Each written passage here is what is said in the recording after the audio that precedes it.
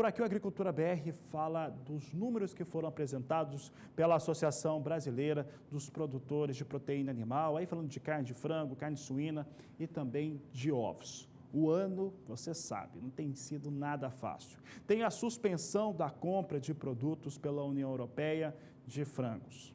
Tem uma alteração nos países árabes em relação àquilo que é o chamado produto halal, que é produzido especialmente para esse público. Teve ainda a medida anti-dumping da China em relação ao frango brasileiro, entre outros fatores. O ano não é nada fácil para quem produz frango, quem produz também suínos. Vamos ver aqui uns números que nós preparamos aqui no Agricultura BR, mostrando um pouco dessa realidade em torno de frango e suíno, principalmente em custos que estão acontecendo neste momento. Veja só que, de acordo com a BPA, Associação Brasileira dos Produtores, ela vem com um custo maior de milho em 53% e de soja na casa de 43%. E não foi só isso. O tabelamento de fretes é algo também que nós falamos todo dia, né? Trouxe um impacto muito ruim para a economia brasileira. Talvez o PIB brasileiro pudesse ser o dobro do que vai ser esse ano, se não fosse a paralisação e o tabelamento. O tabelamento também traz um impacto enorme sobre os custos de produção de carne de frango e suíno, principalmente. Pode colocar aqui na tela? Olha só, custo logístico 35% maior. Só que há áreas em que ele fica ainda mais expressivo, que é no caso do transporte de rações, que tem uma elevação de 80%, aqui é o que nós destacamos inicialmente a respeito desses trabalhos que estão sendo feitos, que nós vamos mostrar a partir de agora. E eu vou conversar agora com o meu amigo, nosso consultor em agronegócios, João Pedro Cuti Dias, já está aqui conosco. Ele fala a respeito desse levantamento da BPA, fala a respeito também de como que esse tabelamento de frete, os custos aumentaram. A situação internacional também não é fácil, João Pedro. Boa tarde, qual que é o seu entendimento sobre tudo isso aqui que a gente está falando? Boa tarde, prazer tê-lo aqui mais uma vez. Boa tarde. 2018 vai ser um ano que não vai deixar muita lembrança para todo mundo, né? Lembrança favorável, vamos falar assim. Você está vendo a questão você comentou um item aí, que é a questão de frete. Hoje, os estados que produzem suíno e frango são os estados do sul do Brasil, Paraná, Santa Catarina, Rio Grande do Sul, que detém mais de 70% da produção. Eles não são autossuficientes em milho. Aqui a gente não conseguiu ouvir o João Pedro corretamente agora. Problema? João Pedro Cuti Dias está aqui falando a respeito do que vem acontecendo com o setor. Daqui a pouco ele fala um pouco conosco.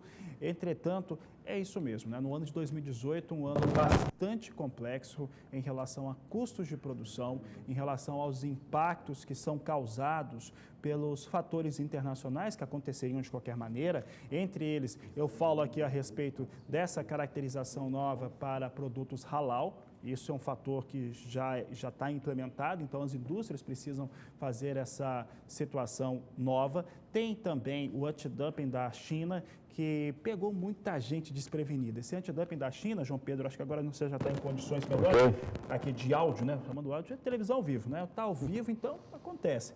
João Pedro, é algo que realmente torna esse 2018 muito complicado para a produção.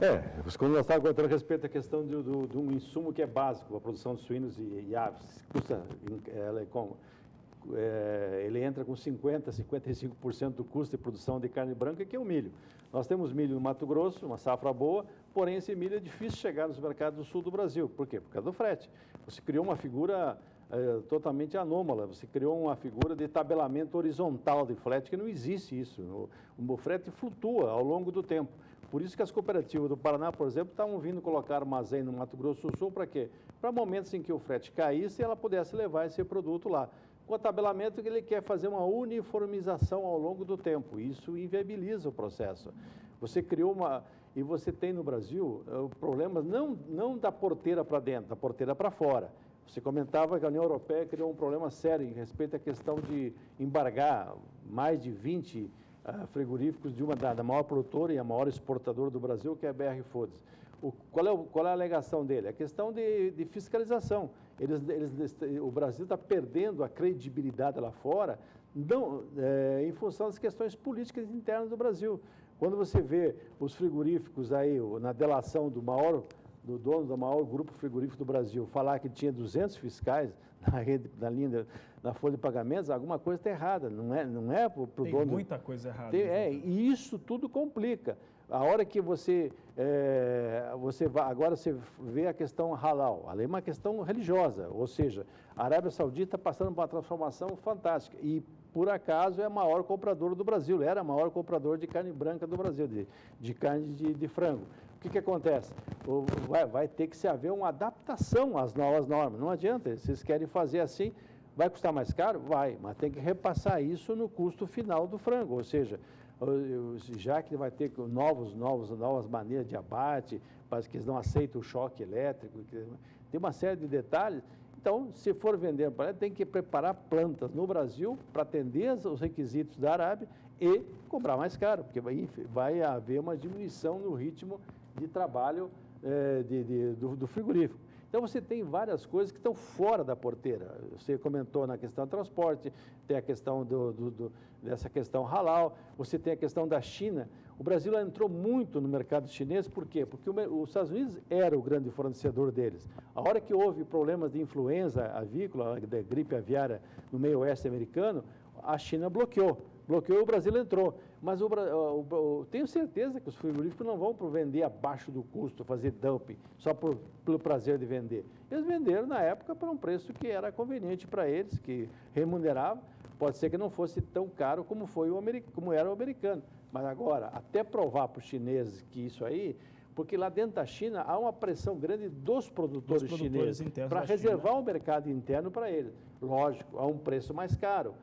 O governo chinês tem que fazer um balanceamento, ou seja, até que ponto vai ampliar a produção lá e até que ponto vai chegar produto de fora bom, barato, como é o brasileiro. Então, é uma briga que o mercado, nós vamos ter que se preparar. Agora, o Brasil tem que se preparar pós-porteira, melhorar a questão sanitária, voltar a ter credibilidade no nosso sistema de fiscalização, acabar com uma maluquice dessa do tabelamento, que quer fazer um negócio horizontal, e não é, o mercado não é horizontal, o mercado flutua ao longo do tempo, baixar os custos portuários, a nossa energia elétrica, agora essa semana saiu um aumento meio geral de quase 15%, já é cara, mais 15%, você imagina o impacto que isso dá no custo de produção dos frigoríficos.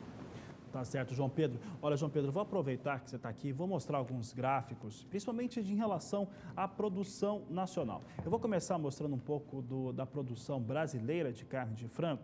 De acordo com a BPA, vai haver uma redução.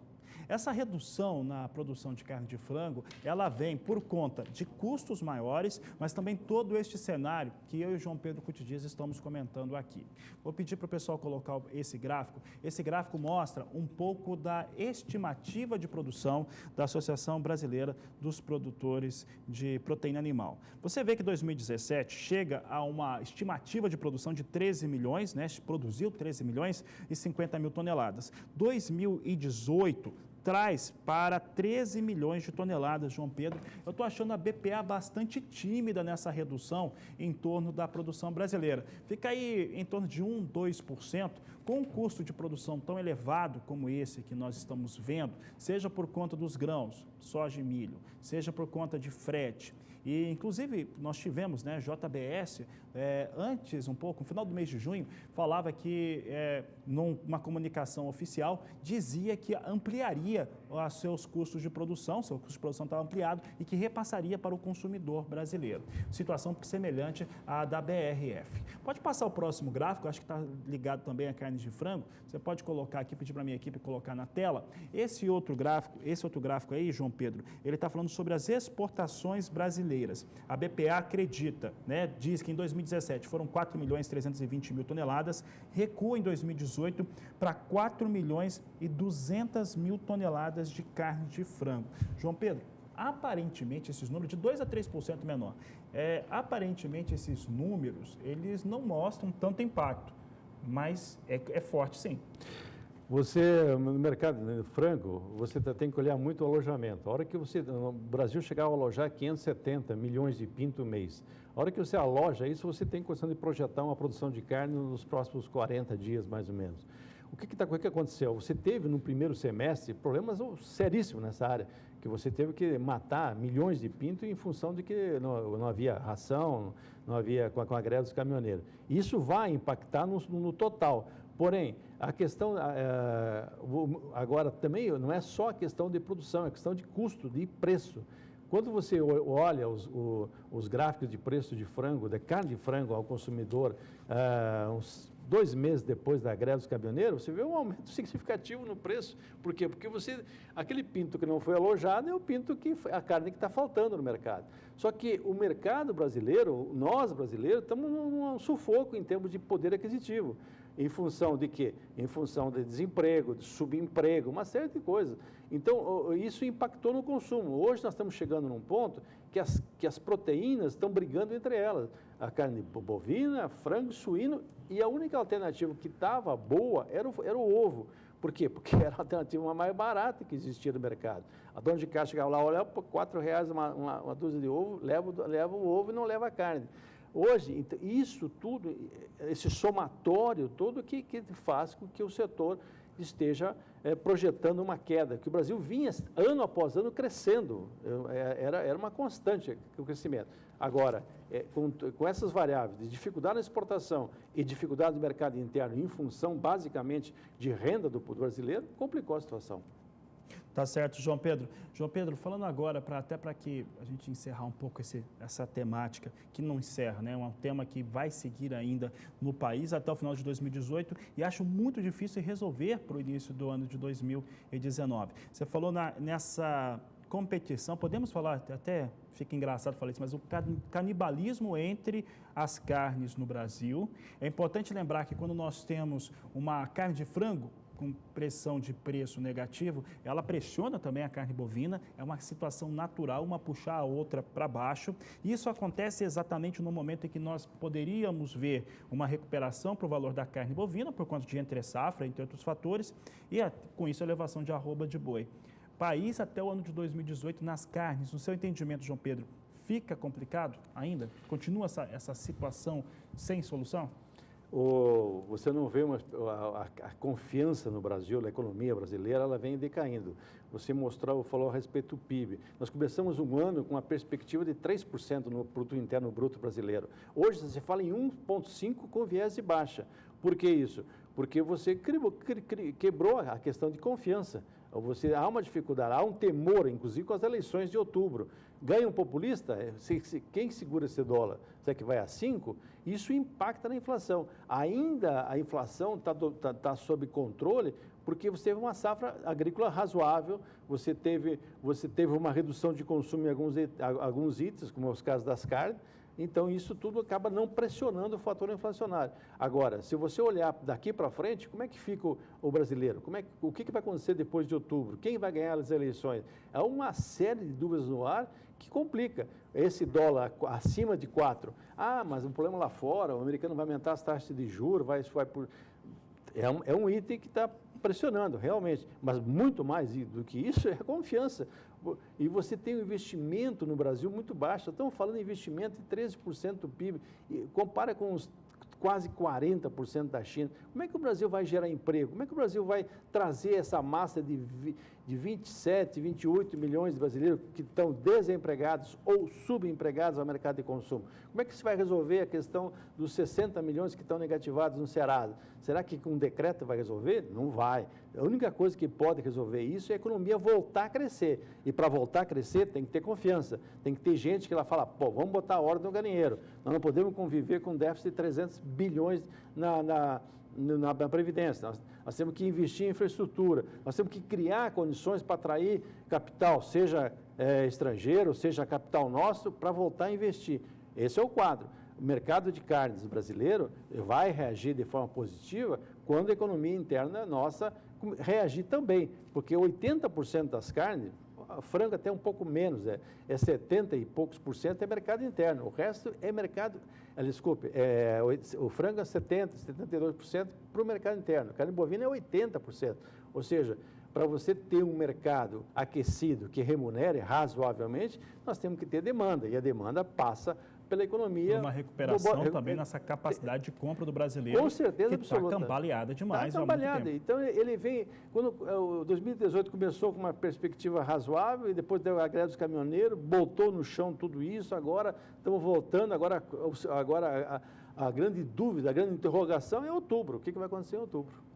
Tá certo, João Pedro. João Pedro, quero agradecer a sua participação aqui no Agricultura BR, aproveitar para parabenizar, estava acompanhando no YouTube, os canais aqui de mídias sociais aqui do Sistema Brasileiro do Agronegócio, do Canal do Boi, você conversando com o Zaidan, no Mais Pecuária, essa semana agora, a respeito dessas elevações mais fortes nas exportações. Eu sempre lembro o nosso telespectador que você pode rever aqui a fala do João Pedro, a análise dele e também as que acontecem em todos os programas, acessando as nossas mídias sociais. Obrigado, João Pedro, parabéns pela análise. Obrigado, bom trabalho.